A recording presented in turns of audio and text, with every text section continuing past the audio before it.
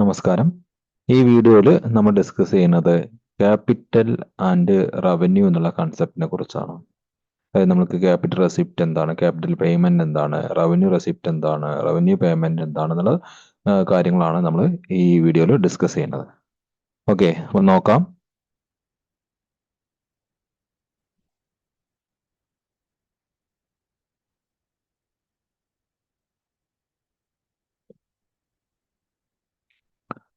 നോക്കൂ.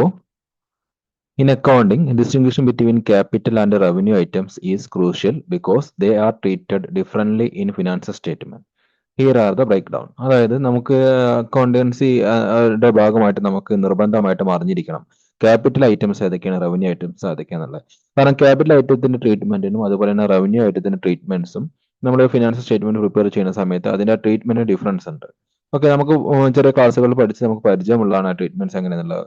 നമുക്കറിയാം അസറ്റിന്റെ ട്രീറ്റ്മെന്റ് എവിടെയാണ്, അത് ബാലൻസ് ഷീറ്റിലാണ് കാണിക്കുക അല്ലെ. എന്നാൽ ആ അസറ്റിൽ നിന്നുണ്ടാകുന്ന ഡിപ്രിസിയേഷൻ നമ്മൾ എവിടെ കാണിക്കും? ഇവിടെ നമ്മുടെ പ്രോഫിറ്റ് ആൻഡ് ലോസ് അക്കൗണ്ടിൽ കാണിക്കും. അപ്പോൾ ഫിനാൻഷ്യൽ സ്റ്റേറ്റ്മെന്റിൽ ഓരോ ഐറ്റത്തിനും അതിന്റെ ട്രീറ്റ്മെന്റ് തീരുമാനിക്കുന്നത് ആ ഐറ്റത്തിന്റെ നേച്ചറാണ്, ക്യാപിറ്റൽ നേച്ചറാണോ റവന്യൂ നേച്ചറാണോ നോക്കിയിട്ടാണ്. ഓക്കെ, അപ്പൊ അത് എങ്ങനെ തിരിച്ചറിയാമെന്നാണ് നമ്മൾ നോക്കുന്നത്. അപ്പോൾ ആദ്യം ഒന്ന് ക്യാപിറ്റൽ ഐറ്റംസ് നോക്കൂ. Capital items are transactions that result in long-term benefit for the business. They typically involve acquiring or improving asset that will be used over several years. അപ്പൊ ക്യാപിറ്റൽ ഐറ്റംസ് എന്ന് പറഞ്ഞാൽ എന്താണ്? ഒരു ലോങ് ടേം ബെനിഫിറ്റ് ബിസിനസ്സിന് ലഭിക്കുന്നതിന് വേണ്ടിയിട്ട്, അതായത് ആ ഒരു ട്രാൻസാക്ഷൻ നടക്കുന്നതിലൂടെ അല്ലെങ്കിൽ ആ ഒരു ഐറ്റത്തിലൂടെ ബിസിനസ്സിന് ഒരു ലോങ് ടേം ബെനിഫിറ്റ് ആണ് ഉണ്ടാവുന്നത്. ഓക്കെ, അങ്ങനെയെങ്കിൽ ആ ട്രാൻസാക്ഷൻ ഐറ്റം എന്താണ്? ഒരു ക്യാപിറ്റൽ ഐറ്റം ആയിട്ട് നമുക്ക് കണക്കാക്കാം. That typically involve acquiring or improving asset. അതായത് എന്താണ്? ഒരു അസറ്റ് വാങ്ങുന്നതാവാം, അല്ലെങ്കിൽ എന്താണ് ആ അസറ്റിൽ എന്തെങ്കിലും ഇംപ്രൂവ്മെന്റ്സ് വരുത്തുന്നതാവാം. Okay, that will be used for several years. അത് നമുക്ക് ഒരുപാട് വർഷം, ഒരു പെർട്ടിക്കുലർ ഇയറിലേക്കല്ല, ഒരുപാട് വർഷത്തേക്ക് നമുക്കത് യൂസ്ഫുൾ ആവണം. അപ്പോൾ ഫ്യൂച്ചർ ബെനിഫിറ്റ് ഇൻക്വയർ ചെയ്യുന്ന ഒന്നായിരിക്കും എന്ത് ഈ ക്യാപിറ്റൽ ഐറ്റംസ് തന്നെ. അതിന്റെ ബെനിഫിറ്റ് നമുക്ക് ഒരു പെർട്ടിക്കുലർ ഇയറിലേക്കല്ല, ഫ്യൂച്ചർ ബെനിഫിറ്റ് ഉണ്ടായിരിക്കും. ഓക്കെ, അപ്പൊ ക്യാപിറ്റൽ ഐറ്റംസിന് രണ്ടായിട്ട് തിരിക്കാം. ക്യാപിറ്റൽ എക്സ്പെൻഡിച്ചർ എന്നും ക്യാപിറ്റൽ റെസിപ്റ്റ് എന്നും പറയും. ഓക്കെ, അപ്പൊ നമുക്ക് ആദ്യം ക്യാപിറ്റൽ എക്സ്പെൻഡിച്ചർ എന്താന്ന് നോക്കാം. നോക്കൂ, capital expenditure that result in the acquisition or enhancement of fixed asset like machinery, building, land. This expenditure provide benefit over A long period. അപ്പോൾ ക്യാപിറ്റൽ എക്സ്പെൻഡിച്ചർ എന്ന് പറഞ്ഞാൽ എന്താണ്? ഒരു മെഷീനറി വാങ്ങുന്നതിന് വേണ്ടി, അല്ലെങ്കിൽ ഒരു അസറ്റ് വാങ്ങുന്നതിന് വേണ്ടിയിട്ടോ, അല്ലെങ്കിൽ അസറ്റിന്റെ എൻഹാൻസ്മെന്റിന് വേണ്ടി, അതിന്റെ കപ്പാസിറ്റി വർദ്ധിപ്പിക്കുന്നതിന് വേണ്ടിയിട്ടോ ഒക്കെ വേണ്ടി ചെലവാക്കുന്ന ഒന്നിനെയാണ് ക്യാപിറ്റൽ എക്സ്പെൻഡിച്ചർ എന്ന് പറയുന്നത്. ഓക്കെ, എന്താകാം? മെഷീനറി വാങ്ങുന്നതാകാം, ബിൽഡിങ്സിന്റെ ആവാം, ലാൻഡ് ആവാം. ഓക്കെ, ഇതൊക്കെയാണ് എന്ത് ക്യാപിറ്റൽ എക്സ്പെൻഡിച്ചർ എന്ന് പറയുന്നത്. അപ്പോൾ these expenditure provide benefit over A long period. ഈ എക്സ്പെൻഡിച്ചർ നമുക്കൊരു മെഷീനറി വാങ്ങി കഴിഞ്ഞാൽ അതിന്റെ ബെനിഫിറ്റ് നമുക്ക് ഒരുപാട് കാലത്തേക്ക് കിട്ടില്ല. ഒരു ബിൽഡിംഗ് ആയാലും നമുക്ക് ഒരുപാട് കാലത്തേക്കാണ് അതിന്റെ ബെനിഫിറ്റ് കിട്ടുന്നത്. അപ്പോൾ ഈ ഒരു എക്സ്പെൻഡിച്ചർ കൊണ്ടുണ്ടാകുന്ന ഗുണം ബിസിനസ്സിന് ഒരുപാട് ദീർഘനാളത്തേക്കാണ്. അതുകൊണ്ട് നമുക്ക് അത്തരം ഐറ്റംസിനെ നമുക്ക് എന്ത് വിളിക്കാം? ക്യാപിറ്റൽ എക്സ്പെൻഡിച്ചർ എന്ന് വിളിക്കാം. കുറച്ച് എക്സാമ്പിൾസ് നോക്കാം. നമുക്ക് purchase of land, building, machinery, office equipment ഒക്കെ എന്താണ് ക്യാപിറ്റൽ എക്സ്പെൻഡിച്ചർ എക്സാമ്പിൾ ആണ്. പിന്നെ cost related to fixed asset, fixed അസറ്റുമായി ബന്ധപ്പെട്ടിട്ട് വരുന്ന പർച്ചേസ് പ്രൈസ് മാത്രമല്ല, അതുമായി ബന്ധപ്പെട്ട മറ്റ് legal fees, transportation, installation charge ഒക്കെ ക്യാപിറ്റൽ എക്സ്പെൻഡിച്ചർ ആയിട്ടാണ് നടക്കുക. ഒരു അസറ്റ് വാങ്ങുമ്പോൾ അസറ്റ് റിലേറ്റഡ് ആയിട്ടുള്ള എക്സ്പെൻസും എന്താണ്? ക്യാപിറ്റൽ എക്സ്പെൻഡിച്ചർ ആണ്, ക്യാപിറ്റൽ നേച്ചർ ആണ്. ഓക്കെ, എക്സ്പെൻഡിച്ചർ ആണ് improving exist fixed asset like renovating a building, overhauling a machinery. അതുപോലെ നിലവിലുള്ള ഒരു അസറ്റിന് എന്താണ് ഇംപ്രൂവ്മെന്റ് വരുത്തുക, അതിന്റെ കപ്പാസിറ്റി വർദ്ധിപ്പിക്കാൻ വേണ്ടി ചെയ്യുന്ന കാര്യങ്ങളൊക്കെ ഉണ്ടല്ലോ, അതും ക്യാപിറ്റൽ എക്സ്പെൻഡിച്ചർ ആയിട്ടാണ് കണക്കാക്കുന്നത്. Then expense incurred to develop long-term resources such as plantation or mines. അതുപോലെ തന്നെ ലോങ് ടേം റിസോഴ്സസ് അത് എന്താണ്? അതിൽ നിന്നും എന്തെങ്കിലും ലഭിക്കുവാൻ വേണ്ടിയിട്ട് നമ്മൾ ഇൻകർ ചെയ്യുന്ന എക്സ്പെൻസ്, നമുക്ക് ഇൻകർ ചെയ്യുന്ന എക്സ്പെൻസ് അതെന്താണ്? അതും ഒരു ക്യാപിറ്റൽ എക്സ്പെൻഡിച്ചർ ആണെന്നുള്ളതാണ്. നമ്മൾ മൈൻസിൽ, പ്ലാന്റേഷൻസ് ഒക്കെ അത് അത്തരത്തിലുള്ള. Then heavy advertising or development cost that provide benefit over many years. അതുപോലെ തന്നെ അഡ്വർടൈസ്മെന്റ് ചാർജസ്, പിന്നെ പോലെ അതെന്താണ്? Development cost. ഇതൊക്കെ എന്താണ്? ഈ അഡ്വർടൈസിംഗ് എന്ന് പറഞ്ഞാൽ നമുക്ക് ഒരു പെർട്ടിക്കുലർ പീരീഡിലേക്ക് മാത്രമുള്ള അഡ്വർടൈസ്മെന്റ് ഉണ്ടാവും. പക്ഷേ ഹെവി അഡ്വർടൈസ്മെന്റ്, വലിയ അഡ്വർടൈസ്മെന്റുകളൊക്കെ ഉണ്ടാവും. വലിയ വലിയ നടന്മാരും വലിയ വലിയ ബ്രാൻഡ് അംബാസഡർമാരൊക്കെ വെച്ചിട്ട് നമ്മൾ നടത്തുന്ന അഡ്വർടൈസ്മെന്റ്. ഇതിന്റെയൊക്കെ ബെനിഫിറ്റ് നമ്മൾ ആ ഒരു പെർട്ടിക്കുലർ മന്തിലേക്ക് മാത്രമല്ല പ്രതീക്ഷിക്കുന്നത്, നമുക്കൊരു ലോങ് ടൈമിലേക്കാണ് നമ്മൾ പ്രതീക്ഷിക്കുന്നത്. അപ്പൊ അത്തരത്തിലുള്ള അഡ്വർടൈസ്മെന്റും മറ്റു കാര്യങ്ങളും ഡെവലപ്മെന്റ് കോസ്റ്റുകളൊക്കെ എന്താണ്? ഒരു ക്യാപിറ്റൽ എക്സ്പെൻഡിച്ചർ ആയിട്ടാണ് കൺസിഡർ ചെയ്യുന്നത്. ഇനി ക്യാപിറ്റൽ റെസിപ്റ്റ് നോക്കൂ. അടുത്ത കാറ്റഗറിയാണ് ക്യാപിറ്റൽ ഐറ്റത്തിൽ അടുത്താണ് ക്യാപിറ്റൽ എക്സ്പെൻഡിച്ചർ ശേഷം ഇനി ക്യാപിറ്റൽ റെസിപ്റ്റ് എന്താണ്? These are inflows of fund that do not arise from regular business operation but from transaction involving fixed asset or the financing of the business. അപ്പോൾ ഒരു ബിസിനസിന്റെ regular ആക്ടിവിറ്റീസിൽ നിന്നും അല്ലാതെ എന്നാൽ ബിസിനസ്സിൽ ഉണ്ടാകുന്ന അത് ഫിക്സ്ഡ് അസറ്റിൽ നിന്നോ അല്ലെങ്കിൽ ഫിനാൻസിങ് ആക്ടിവിറ്റീസിൽ നിന്നോ ആ ബിസിനസ്സിന് ഉണ്ടാകുന്ന ഒരു റെസിപ്റ്റിനെയാണ് ഇനി വരുമാനത്തെയാണ് എന്ത് വിളിക്കുന്നത് ക്യാപിറ്റൽ റെസിപ്റ്റ് എന്ന് പറയുന്നത്. ഓക്കെ, ആ ബിസിനസിന്റെ ഡേ ടു ഡേ ആക്ടിവിറ്റീസിൽ നിന്നല്ല എന്ന് മനസ്സിലാക്കുക. ഡേ ടു ഡേ ആക്ടിവിറ്റീസ് എന്ന് പറഞ്ഞാൽ എന്താണ്? അവർ അവരുടെ ഒരു പ്രൊഡക്റ്റ് ഉൽപ്പാദിപ്പിക്കുന്ന പ്രൊഡക്റ്റ് വിൽക്കുന്നു, അല്ലെങ്കിൽ അവർക്ക് അവരുടെ സർവീസ് ഉണ്ടാവുന്ന സർവീസ് റെൻഡർ ചെയ്യുന്നു. അതായിരിക്കും അവരുടെ ഡേ ടു ഡേ ആക്ടിവിറ്റീസ് എന്ന് പറയുന്നത്. അപ്പൊ അത്തരം ഡേ ടു ഡേ ആക്ടിവിറ്റീസിൽ നിന്നല്ലാതെ ആസ് എ ഫിക്സ്ഡ് അസറ്റോ അല്ലെങ്കിൽ ഫിനാൻസിങ് ആക്ടിവിറ്റീസിൽ നിന്നോ ബിസിനസിന്റെ ഫിനാൻസിങ് ആക്ടിവിറ്റീസിൽ നിന്നോ ലഭിക്കുന്ന ഒന്നിനെയാണ് എന്ത് വിളിക്കുന്നത് ക്യാപിറ്റൽ റെസിപ്റ്റ് എന്ന് പറയുന്നത്. ഓക്കെ, എക്സാമ്പിൾസ് നോക്കൂ. അസറ്റ് വിൽക്കുമ്പോൾ കിട്ടുന്നത് അല്ലെ, sale of fixed asset. Then എന്താണ് loan or additional capital introduced into business, ബിസിനസ്സിലേക്ക് വരുന്ന ലോണ് അങ്ങനെയുള്ള അത് ഫിനാൻസിങ് ആക്ടിവിറ്റി ആണ് അല്ലെ. Proceeds from issuing shares of debenture, share debenture ഒക്കെ ഇഷ്യൂ നടത്തുമ്പോൾ ലഭിക്കുന്ന ഇൻകം, അത്തരം ഇൻകത്തിനെയാണ് നമ്മൾ എന്ത് വിളിക്കുന്നത് ക്യാപിറ്റൽ റെസിപ്റ്റ് എന്ന് പറയുന്നത്. ഇനി ഈ ക്യാപിറ്റൽ ഐറ്റത്തിന്റെ അക്കൗണ്ടിങ് ട്രീറ്റ്മെന്റ് എന്താന്ന് നോക്കാം.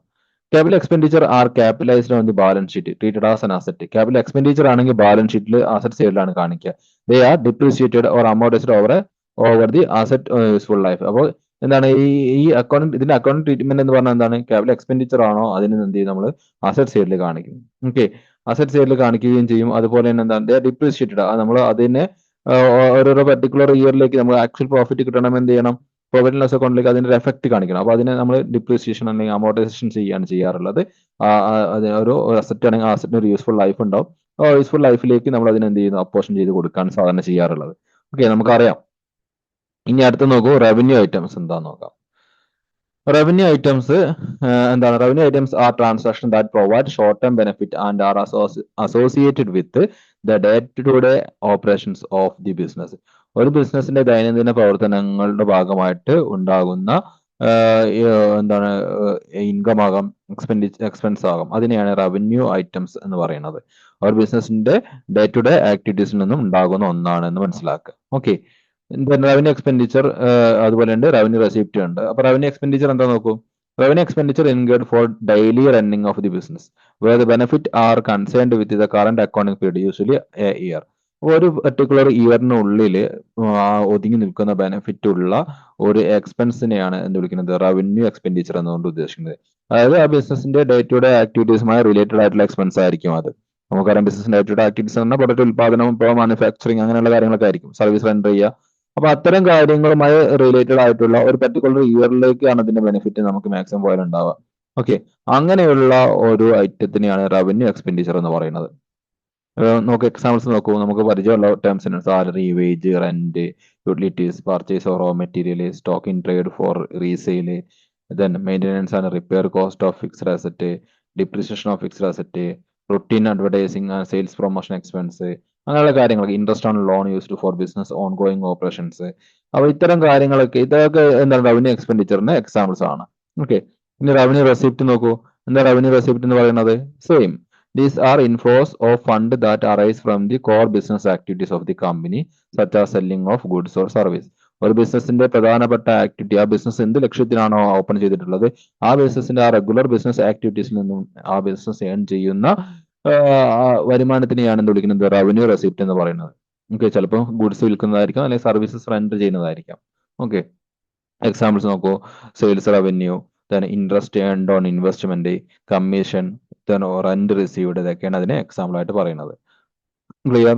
അപ്പോൾ റവന്യൂ ഐറ്റംസ് എന്താണ്, ക്യാപിറ്റൽ ഐറ്റംസ് എന്താണെന്നാണ് നമ്മൾ ഡിസ്കസ് ചെയ്തിട്ടുള്ളത്. അപ്പോൾ റവന്യൂ ഐറ്റംസിൽ റവന്യൂ എക്സ്പെൻഡിച്ചറും റവന്യൂ റെസിപ്റ്റും, ക്യാപിറ്റൽ ഐറ്റംസിൽ ക്യാപിറ്റൽ എക്സ്പെൻഡിച്ചറും ക്യാപിറ്റൽ റെസിപ്റ്റും ആണ് നമ്മൾ പറഞ്ഞത് അല്ലെ. അപ്പോൾ ഇനി നോക്കൂ, ഇതിന്റെ അക്കൗണ്ടിങ് ട്രീറ്റ്മെന്റ് എങ്ങനെയാണെന്നതാണ്. അപ്പോൾ ക്യാപിറ്റൽ ഐറ്റംസ് നമ്മൾ എവിടെയാണ്? ബാലൻസ് ഷീറ്റിലാണ് കാണിക്കാന്ന് പറഞ്ഞിരുന്നത് അല്ലെ. അതുപോലെ റവന്യൂ ഐറ്റംസ് നമ്മൾ കാണിക്കുക ഇവിടെ നമ്മുടെ ഇൻകം സ്റ്റേറ്റ്മെന്റ് അല്ലെങ്കിൽ പ്രോഫിറ്റ് ആൻഡ് ലോസ് അക്കൗണ്ടിലായിരിക്കും അതിനെ കാണിക്കുക. Okay, revenue expenditure are expensed through the profit and loss account, meaning they are fully deducted in the year they incurred. Revenue receipt are credited in the profit and loss account as income. അപ്പോൾ revenue expenditure അല്ലെങ്കിൽ revenue items ഒക്കെ നമ്മൾ കാണിക്കുക നമ്മുടെ profit and loss അക്കൗണ്ടിലായിരിക്കും. ആ ഒരു particular പീരീഡിൽ incur ചെയ്തിട്ടുള്ള ഒരു ഐറ്റം ആയിട്ട് കൺസിഡർ ചെയ്തിട്ട് ആ ഒരു പെർട്ടിക്കുലർ പീരീഡിലെ എന്താണ് നെറ്റ് റിസൾട്ട് അറിയാൻ വേണ്ടി നമ്മൾ എന്ത് ചെയ്യുന്നു, ആ ഒരു ഇൻകം സ്റ്റേറ്റ്മെന്റ് അല്ലെങ്കിൽ നമ്മുടെ പ്രോഫിറ്റ് ആൻഡ് ലോസ് അക്കൗണ്ടിനകത്തായിരിക്കും അതിനെ നമ്മൾ കാണിക്കുക. ഓക്കെ, പ്രോഫിറ്റ് ഇൻകം ആണെങ്കിൽ എവിടെ കാണിക്കുക അറിയാലോ, ഇൻകം ആണെങ്കിൽ ക്രെഡിറ്റ് ചെയ്യും, എക്സ്പെൻസ് ആണ് ഡെബിറ്റ് ചെയ്യും. ഒക്കെ നമുക്ക് അറിയാവുന്ന കാര്യമാണ്. ഓക്കെ, ഇനി ക്യാപിറ്റൽ ഐറ്റവും റവന്യൂ ഐറ്റംസ് തമ്മിലുള്ള പ്രധാനപ്പെട്ട ഡിഫറൻസ് എന്താണ്? പ്രധാനപ്പെട്ട ഡിഫറൻസ് എന്താണ്? ഒന്ന് long term benefit provide, capital items ആണെങ്കിൽ അതിന്റെ ബെനിഫിറ്റ് ലോങ് ടേം ആണ്, ലോങ് ടേം ബെനിഫിറ്റ് ആണ് പ്രൊവൈഡ് ചെയ്യുന്നത്. റവന്യൂ ഐറ്റം ആണെങ്കിൽ എന്താണ്, അത് ഷോർട്ട് ടേം ബെനിഫിറ്റ് ആണ് നമുക്ക് പ്രൊവൈഡ് ചെയ്യുന്നത്. ദെൻ ക്യാപിറ്റൽ ഐറ്റംസ് കാണിക്കുക എവിടെയാണ്, നമ്മൾ പറഞ്ഞല്ലേ എവിടെയാണ് കാണിക്കുക, ആ ബാലൻസ് ഷീറ്റിലാണ് കാണിക്കുക. റവന്യൂ ഐറ്റംസ് ആണെങ്കിൽ എവിടെയാണ് കാണിക്കുക, പ്രോഫിറ്റ് ആൻഡ് ലോസ് അക്കൗണ്ടിലാണ് കാണിക്കുക. ദെൻ ക്യാപിറ്റൽ ഐറ്റത്തിന്റെ എക്സാമ്പിൾസ് നമുക്കറിയാം, purchase of land, building, machinery ഒക്കെ അതുമായി ബന്ധപ്പെട്ട ആണ്. റവന്യൂ ഐറ്റത്തിനോ payment of wage, utility bills, purchase of stock തുടങ്ങിയൊക്കെ റവന്യൂ ഐറ്റംസ് ആണ്. ദെൻ ക്യാപിറ്റൽ റെസിപ്റ്റ് എന്ന് പറഞ്ഞാൽ എന്താണ്, proceeds from sale of capital items വിൽക്കുമ്പോൾ, ക്യാപിറ്റൽ അസറ്റ് എന്നൊക്കെ പറയും, അത് വിൽക്കുമ്പോൾ ഉണ്ടാകുന്ന വരുമാനമാണ് എന്ത്, ക്യാപിറ്റൽ റെസിപ്റ്റ് എന്ന് പറയുന്നത്. റവന്യൂ ഐറ്റംസ് എന്ന് പറയുന്നത് സെയിൽസ് റവന്യൂ അല്ലെങ്കിൽ ഇൻട്രസ്റ്റ് ഇൻകം ആണ് അവിടുത്തെ റവന്യൂ റെസിപ്റ്റ് എന്ന് പറയുന്നത്. ഇതാണ് ഇതിന്റെ പ്രധാനപ്പെട്ട difference, revenue and capital item തമ്മിലുള്ള ഡിഫറൻസ് ആയിട്ട് പറയുന്നത്. ജസ്റ്റ് ഒന്ന് ഒരു അണ്ടർസ്റ്റാൻഡിങ്ങിന് അത് മനസ്സിലാക്കി വെക്കുക. ഓക്കെ, അപ്പം സംഭവം വളരെ സിമ്പിൾ ആണെന്ന് വിചാരിക്കുന്നു. അപ്പം നിങ്ങൾ നിങ്ങളുടെ സ്റ്റഡി നോട്ട് വെച്ചിട്ട് ഇതൊന്ന് വായിച്ചു നോക്കുക. ഞാൻ ഈ നോട്ട് നിങ്ങൾക്ക് ഗ്രൂപ്പിൽ സെൻഡ് ചെയ്യുന്നതായിരിക്കും. ദെൻ പ്ലസ് നിങ്ങൾ സ്റ്റഡി നോട്ട് വെച്ചിട്ട് ഇത് വായിച്ചു നോക്കണം കേട്ടോ. ഓക്കെ, കാര്യങ്ങൾ മനസ്സിലാക്കാം, കൺസെപ്റ്റ് മനസ്സിലാക്കാം, നിങ്ങൾക്ക് ഈസി ആയിട്ട് എഴുതാൻ പറ്റും സംഭവങ്ങളൊക്കെ. ഇനി ഡിഫേർഡ് റവന്യൂ എക്സ്പെൻഡിച്ചർ എന്ന് പറഞ്ഞാൽ എന്താണ്? ഡിഫേർഡ് റവന്യൂ എക്സ്പെൻഡിച്ചർ എന്ന് പറഞ്ഞാൽ എന്താ നോക്കാം. നോക്കൂ, there is also A third category. അതായത് നമ്മളിപ്പോൾ റവന്യൂ എക്സ്പെൻഡിച്ചർ, ക്യാപിറ്റൽ എക്സ്പെൻഡിച്ചർ എന്ന് പറഞ്ഞു, ഒരു അടുത്തൊരു കാറ്റഗറി ഐറ്റം ഉണ്ട്, അതാണ് എന്താ, ഡിഫേർഡ് റവന്യൂ എക്സ്പെൻഡിച്ചർ എന്ന് പറയുന്നത്. എന്താണ് നോക്കൂ, which refers to expenditure that are unusually large and provide benefit over multiple accounting period. These expenditure are capitalized and amortized over time, similar to capital expenditure. ഒരു capital expenditure പോലെ തന്നെ എന്ത് ചെയ്യും, നമ്മൾ എന്താണ് ഈ ഡിഫേർഡ് റവന്യൂ എക്സ്പെൻഡിച്ചറിൽ നിന്നും ഉണ്ടാകുന്ന ആ ഒരു എക്സ്പെൻസിൽ നിന്നും നമുക്ക് ഉണ്ടാകുന്നത് അല്ലെങ്കിൽ അതിന്റെ ബെനിഫിറ്റ് നമുക്ക് മൾട്ടിപ്പിൾ ഒന്നിൽ കൂടുതൽ അക്കൗണ്ടിങ് ഇയറിലേക്ക് നമുക്ക് ലഭിക്കുന്ന ഒന്നാണത്. ഓക്കെ, അപ്പോൾ നമ്മൾ ഈ ഡിഫേർഡ് റവന്യൂ എക്സ്പെൻഡിച്ചർ നമ്മൾ എന്ത് ചെയ്യുന്നു, അത് ക്യാപിറ്റലൈസ് ചെയ്യുന്നു, അതിനെ നമ്മൾ ബാലൻസ് ഷീറ്റ് കാണിക്കുകയാണ് ചെയ്യുക. ഇതിന് അതിനെന്ത് ചെയ്യും, അതിന്റെ ഒരു അമോർട്ടൈസ് ചെയ്ത് കളയുക. അതായത് നമ്മൾ ഡിപ്രീസിയേഷൻ ക്യാപിറ്റലൈസ് ചെയ്യുന്ന ഐറ്റംസ് നമ്മൾ എന്ത് ചെയ്യാം, നമ്മൾ അതിനെ ഡിപ്രീസിയേഷൻ ആണ് അവിടുത്തെ ട്രീറ്റ്മെന്റ് എങ്കിൽ ഇതിനെ അമോർട്ടൈസ് ചെയ്ത് കളയാണ് ചെയ്യുക. അമോർട്ടൈസ് ചെയ്ത് കളയുക എന്ന് പറഞ്ഞെങ്കിൽ ഇപ്പോൾ റൈറ്റ് ഓഫ് ചെയ്ത് കളയാന്ന് പറഞ്ഞില്ല, എഴുതി കളയുക. അപ്പോൾ ഫോർ എക്സാമ്പിൾ നമുക്ക് അഡ്വർടൈസ്മെന്റ്, ഒരു ഹ്യൂജ് അഡ്വർടൈസ്മെന്റ് എക്സ്പെൻസ് ഉണ്ടാവുകയാണെന്ന് വിചാരിക്കുക. ആ എക്സ്പെൻസ് നമ്മൾ എവിടെ കാണിക്കും, നമ്മുടെ ബാലൻസ് ഷീറ്റിന്റെ അസറ്റ് സൈഡിൽ കാണിക്കും. ഓക്കെ, അതൊരു അസറ്റ് ആണോ? ആക്ച്വലി അതൊരു അസറ്റ് അല്ലല്ലോ, അല്ലേ? അതൊരു ഫിക്റ്റീഷ്യസ് അസറ്റ് പോലെയുള്ള അസറ്റ് ആണ്. കാരണം എന്താണ്, അതായത് നമ്മുടെ asset is equal to capital plus liability എന്ന് പറയുന്ന അക്കൗണ്ടിങ് ഇക്വേഷൻ ഈക്വൽ ആവാൻ വേണ്ടി നമ്മൾ അതിനെന്ത് ചെയ്യുന്നു, നമ്മുടെ ബാലൻസ് ഷീറ്റിന്റെ അസറ്റ് സൈഡിൽ കാണിക്കുകയാണ് ചെയ്യുന്നത്. കാരണം ഒരു പെർട്ടിക്കുലർ റവന്യൂ ഐറ്റം അല്ലതാനും എന്നാൽ അതൊരു അസറ്റ് അല്ലതാനും. ഓക്കെ, അപ്പോൾ നമുക്ക് ഈ ഒരു ഇക്വേഷൻ കാണിക്കാൻ എന്താണ്, asset is equal to capital plus liability എന്ന് പറയുന്ന ഇക്വേഷൻ സാറ്റിസ്ഫൈഡ് ആക്കാൻ വേണ്ടി അല്ലെങ്കിൽ ബാലൻസ് ഷീറ്റ് ഇക്വേഷൻ ഇക്വേറ്റ് ആവാൻ വേണ്ടി നമ്മൾ എന്ത് ചെയ്യുന്നു, അതിനെ ബാലൻസ് ഷീറ്റിന്റെ അസറ്റ് സൈഡിൽ കാണിക്കുന്നു മാത്രം. ഓക്കെ, അപ്പോൾ എന്താ ചെയ്യുകയാണെങ്കിൽ ഈ ഒരു ഫിക്റ്റീഷ്യസ് അസറ്റ് ആയിട്ട് ട്രീറ്റ് ചെയ്യുന്ന ഈ ഡിഫേർഡ് റവന്യൂ എക്സ്പെൻഡിച്ചറിനെ നമ്മൾ എന്ത് ചെയ്യും, ഒരു കുറച്ച് ഒരു 5 വർഷം കൊണ്ട് നമ്മൾ അതിനെ റൈറ്റ് ഓഫ് ചെയ്ത് കളയാണ് ചെയ്യുക. അങ്ങനെ അമോർട്ടൈസേഷൻ എന്ന് പറയുന്നത്. ഓക്കെ, അപ്പം പ്രിലിമിനറി എക്സ്പെൻസ് ഒക്കെ അതിന് എക്സാമ്പിൾ ആയിട്ട് പറയാം. ക്ലിയർ ആണെന്ന് വിചാരിക്കുന്നു. Next revenue recognition. Revenue recognition എന്താന്ന് നോക്കൂ. റവന്യൂ റെക്കഗ്നിഷൻ നോക്കുക. Revenue recognition refers to the process of recording revenue in the financial statement when it is earned rather than when the payment is received. Revenue recognition എന്ന് പറയുന്നത് ഒരു financial receipt, ആ ഒരു ബിസിനസ്സിനുണ്ടായിട്ടുള്ള financial receipt എപ്പോഴാണ് നമുക്ക് നമ്മുടെ finance statement അകത്ത് കാണിക്കാം. ഓക്കെ, അത് റെക്കോർഡ് ചെയ്യേണ്ടത് എപ്പോഴാണ്, അതിനെയാണ് റവന്യൂ റെക്കഗ്നിഷൻ എന്നുകൊണ്ട് ഉദ്ദേശിക്കുന്നത്. അപ്പോൾ the fundamental concept behind revenue recognition is ensuring that revenue is recognised in the correct accounting period to reflect business financial performance accurately.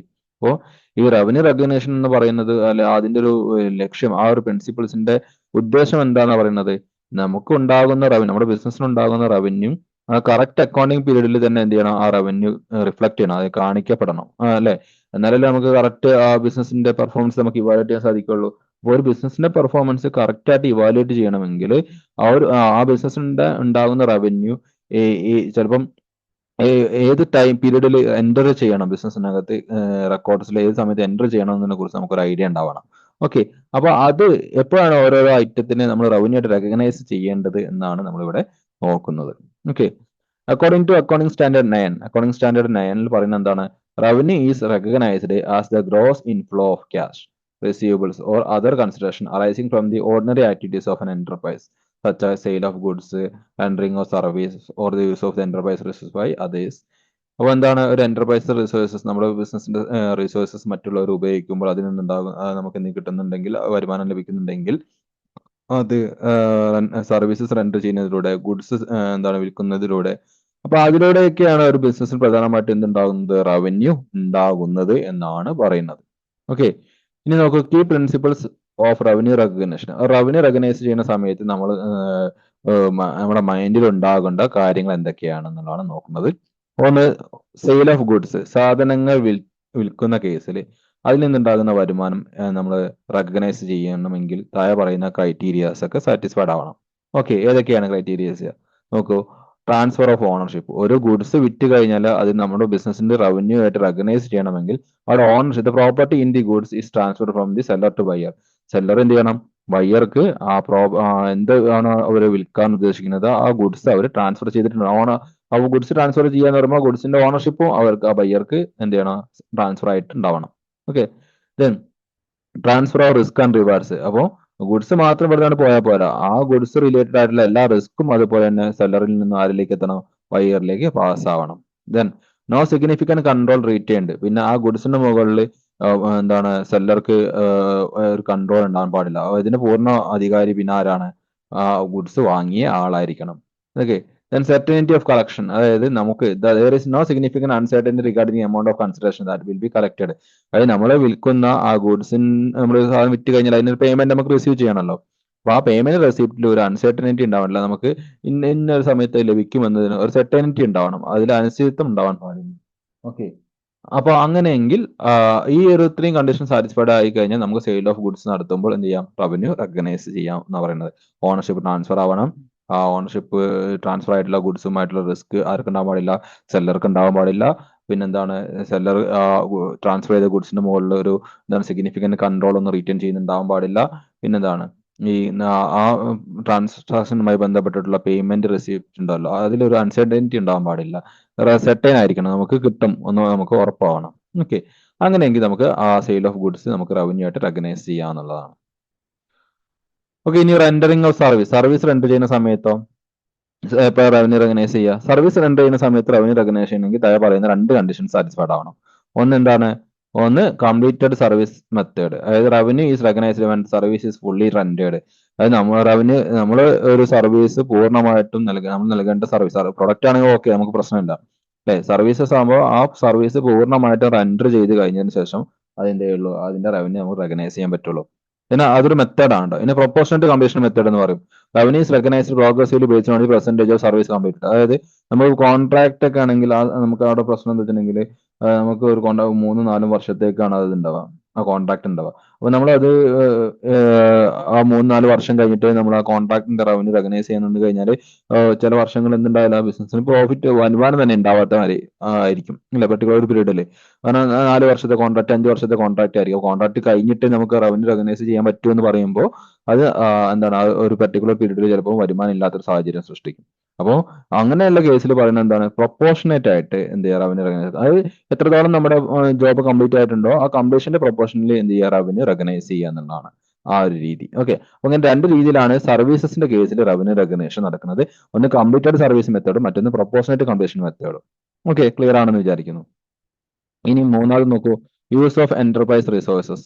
അത് എന്റർപ്രൈസ് റിസോഴ്സസ് ഉപയോഗിക്കുന്ന അതിലൂടെ ഉണ്ടാകുന്ന റവന്യൂസ്, അത് ഇൻട്രസ്റ്റ്, റോയൽറ്റി, ഡിവിഡന്റ് ഒക്കെയാണ് അതിന് എക്സാമ്പിൾ പറയുന്നത്.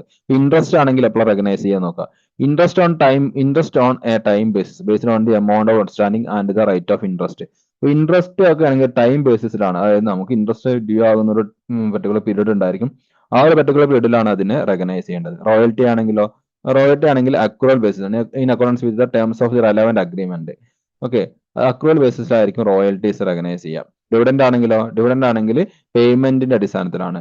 Recognised when the right to receive payment is established. നമുക്ക് ആ ഡിവിഡന്റ് റിസീവ് ചെയ്യാനുള്ള റൈറ്റ് എസ്റ്റാബ്ലിഷ് ആയി കഴിഞ്ഞാൽ, അതായത് നമുക്ക് ഡിവിഡന്റ് നൽകാൻ തീരുമാനിക്കുന്ന കമ്പനി എന്താണ് അത് പാസ്സാക്കി കഴിഞ്ഞാൽ നമുക്ക് എന്ത് ചെയ്യാം, അത് റെക്കഗ്നൈസ് ചെയ്യാന്നുള്ളതാണ്. ഓക്കെ, ഇനി നോക്കൂ, special cases of revenue recognition. താഴെ പറയുന്ന സ്പെഷ്യൽ കേസസിൽ ഒരു 10 കേസസ് പറയുന്നുണ്ട്. ഈ 10 കേസസിൽ റവന്യൂ എങ്ങനെ റെക്കഗ്നൈസ് ചെയ്യുക എന്ന് നോക്കാം. ഓക്കെ, ഒന്ന് delayed delivery at buyer's request. അതായത് നമ്മളൊരു ഗുഡ്സ് എന്താണ് വിറ്റു എന്ന് വിചാരിക്കുക, പക്ഷെ ബയേഴ്സിന്റെ റിക്വസ്റ്റ് അനുസരിച്ചിട്ട് നമ്മുടെ ഡെലിവറി നമ്മുടെ ഷോറൂമിൽ നിന്നും അല്ലെങ്കിൽ നമ്മുടെ ഗോഡൌണിൽ നിന്നും ആ ഗുഡ്സ് ഡെലിവർ ചെയ്തിട്ടില്ല. അപ്പൊ അങ്ങനെയുള്ള കേസിൽ റവന്യൂ റെക്കഗ്നൈസ് ചെയ്യാൻ പറ്റുമോ നോക്കുക. If the buyer request A delay in the delivery of goods but accept the billing and the transfer of ownership, revenue can be recognised. അതായത് ബയ്യർ ഗുഡ്സ് അവരുടെ ലൊക്കാലിറ്റിയിലേക്ക് അടുത്ത ആഴ്ച എത്തിച്ചാൽ മതി എന്ന് നമ്മോട് പറയുന്നു. ഓക്കെ, ഒരു എക്സാമ്പിൾ പറയാൻ കേട്ടോ, അടുത്ത ആഴ്ച എത്തിച്ചാൽ മതി നമ്മളോട് പറയുന്നു. പക്ഷെ അവര് ആ ഗുഡ്സുമായി റിലേറ്റഡ് ആയിട്ടുള്ള എല്ലാ പേയ്മെന്റ്സും അവര് എന്ത് ചെയ്യുന്നു, നമുക്ക് നൽകുന്നു എന്ന് വിചാരിക്കുക, തരുന്നു എന്ന് വിചാരിക്കുക. അപ്പൊ അങ്ങനെയുള്ള കേസിൽ നമ്മൾ എന്താ ചെയ്യേണ്ടത്?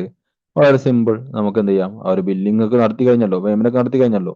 അപ്പോൾ അതായത് സെയിൽസുമായി ബന്ധപ്പെട്ട എല്ലാ ഡോക്യുമെന്റ്സും അവർ ഇതായി, നമ്മുടെ ഗുഡ്സ് ഇവിടെ നിന്ന് നമ്മുടെ ഗോഡൌണിൽ നിന്ന് അവരുടെ ഗോഡൌണിലേക്ക് അല്ല അവരുടെ ലൊക്കേഷനിലേക്ക് എത്തണം എന്നുള്ള ഒരു കാര്യം മാത്രമേ ഇനി ബാക്കിയുള്ളൂ. അപ്പൊ അങ്ങനെയുള്ള കേസിൽ ഇനി സെല്ലറെ സംബന്ധിച്ചിടത്തോളം ആ ഗുഡ്സുമായി ബന്ധപ്പെട്ട് യാതൊരു കൺട്രോളും മറ്റു സംഭവങ്ങളൊന്നും ഇല്ല. അപ്പോൾ അതുകൊണ്ട് തന്നെ നമുക്ക് ഉടനെ തന്നെ എന്ത് ചെയ്യാം, ആ ബില്ലിംഗ് ഒക്കെ നടന്നു കഴിഞ്ഞ് നമുക്ക് അതിനെ റവന്യൂ ആയിട്ട് റെക്കഗ്നൈസ് ചെയ്യാം. ഓക്കെ, അടുത്ത് നോക്കൂ, goods delivered subject to installation and inspection. അതായത് നമ്മൾ ചിലപ്പോൾ നമ്മുടെ സാധനങ്ങൾ വിൽക്കുന്നത് എന്താണ് അതോടെ ഇൻസ്റ്റാൾ ചെയ്ത് ഇൻസ്പെക്ഷൻ ഒക്കെ കംപ്ലീറ്റ് ആയതിനു ശേഷം അങ്ങനെ ഒരു കരാർ ഉണ്ടായിരിക്കും. അപ്പൊ അങ്ങനെ ഒരു കരാർ ഉണ്ടെങ്കിൽ ആ ഇൻസ്റ്റാളേഷനും അതിന് ഇൻസ്പെക്ഷൻ ഒക്കെ കംപ്ലീറ്റ് ആക്കി ബയർ എന്താണ് ഓക്കെ എന്ന് പറഞ്ഞു കഴിഞ്ഞാൽ മാത്രമേ നമുക്ക് അവിടെ അതിന്റെ റവന്യൂ റെക്കഗ്നൈസ് ചെയ്യാൻ പറ്റുള്ളൂ. ആ രീതിയിലാണ് നമ്മൾ ഗുഡ്സ് വിറ്റതെങ്കിൽ. അപ്പൊ നമുക്കൊരു മെഷീനറി അല്ലെങ്കിൽ ഒരു കമ്പ്യൂട്ടർ ഒക്കെ നമ്മൾ എന്താണ് വിൽക്കുന്ന സമയത്ത് പൊതുവെ ആ കമ്പ്യൂട്ടർ എന്താണ് ഇൻ ഹാൻഡ് കൊടുത്താൽ പോരാ, അതെന്ത് ചെയ്യണം, അല്ലെങ്കിൽ ആ സിസ്റ്റം അത് അവിടെ ഒരു ഷോറൂമിൽ എത്തിച്ചു അത് ഓപ്പൺ ചെയ്ത് വർക്കബിൾ ആണ് എന്ന് ആയതിനു ശേഷം മാത്രമേ അത് എന്തായിട്ട് നമുക്ക് റവന്യൂ ആയിട്ട് റെക്കഗ്നൈസ് ചെയ്യാൻ പറ്റുള്ളൂ അത്തരം ഐറ്റംസിനൊക്കെ. ഓക്കെ, ഇനി മൂന്നാമത്തെ നോക്കൂ, സെയിൽ ഓൺ അപ്രൂവൽ ബേസിസ് ഉണ്ട്. നോക്കൂ, in case goods sold on approval or return basis revenue is recognised only after the buyer accept the goods. നമ്മൾ എന്ത് ചെയ്യും, നമ്മൾ ഗുഡ്സ് കമ്പനിക്ക് അയക്കും. സെയിൽ ഓൺ അപ്രൂവൽ ബേസിസ് എന്ന് പറഞ്ഞതാണ്, അതായതുണ്ടെങ്കിൽ നമ്മൾ അവർക്ക് കൊണ്ടുപോയി കൊടുക്കുന്നു സെയിൽ ചെയ്യാൻ വേണ്ടിയിട്ട്. അവരത് എന്ത് ചെയ്യുന്നു, ഗുഡ്സ് എന്ത് ചെയ്യും, ആക്സെപ്റ്റ് ചെയ്ത് കഴിഞ്ഞാൽ, ആ ബയ്യർ ആ ഗുഡ്സ് ആക്സെപ്റ്റ് ചെയ്ത് കഴിഞ്ഞാൽ എന്താണ് നമുക്കത് റവന്യൂ റെക്കഗ്നേഷൻ ആക്കാം. അതായത് നമുക്ക് എന്താണ് അവരെ ഏൽപ്പിക്കുകയാണ് നമ്മുടെ ഗുഡ്സ് വിൽക്കാൻ വേണ്ടി. ചില കടകളിലൊക്കെ അങ്ങനെയല്ലേ, നമ്മൾ വാഹനങ്ങളെ കൊണ്ടുപോയി വെച്ച് കൊടുക്കും സാധനങ്ങൾ, അവർ വിറ്റ് കഴിഞ്ഞാൽ, അതായത് നമ്മൾ കൊണ്ടുപോയി വെച്ച് കൊടുത്ത സാധനം ആ കടക്കാരൻ വിറ്റ് കഴിഞ്ഞിട്ടേ നമുക്ക് അത് എന്തായിട്ട് കൺസിഡർ ചെയ്യാൻ പറ്റുള്ളൂ, റവന്യൂ ആയിട്ട് റെക്കഗ്നൈസ് ചെയ്യാൻ പറ്റുള്ളൂ. ഓക്കെ,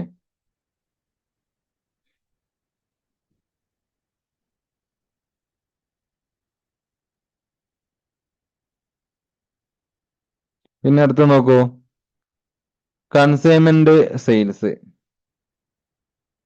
കൺസൈൻമെന്റ് സെയിൽസ് നോക്കി, revenue is recognised when the goods are sold by the consignee to third party. Okay, അത് കൺസൈൻമെന്റ് സെയിൽസ് എന്ന് പറയും. അതായത് കൺസൈൻമെന്റ് എന്ന് പറഞ്ഞാൽ അതുപോലെ തന്നെയാണ്, നമ്മൾ എന്താണ് കൺസൈൻമെന്റ് ബേസിസിൽ ഗുഡ്സ് വിൽക്കുക. അത് കൺസൈനി ഉണ്ടാവും, കൺസൈനർ എന്ന് പറഞ്ഞ 2 പാർട്ടീസ് ഉണ്ടാവും.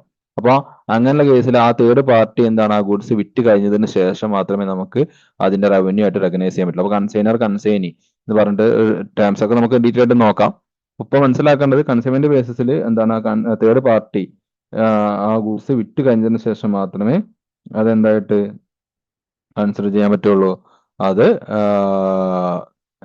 റവന്യൂ ആയിട്ട് കൺസിഡർ ചെയ്യാൻ പറ്റുള്ളൂ.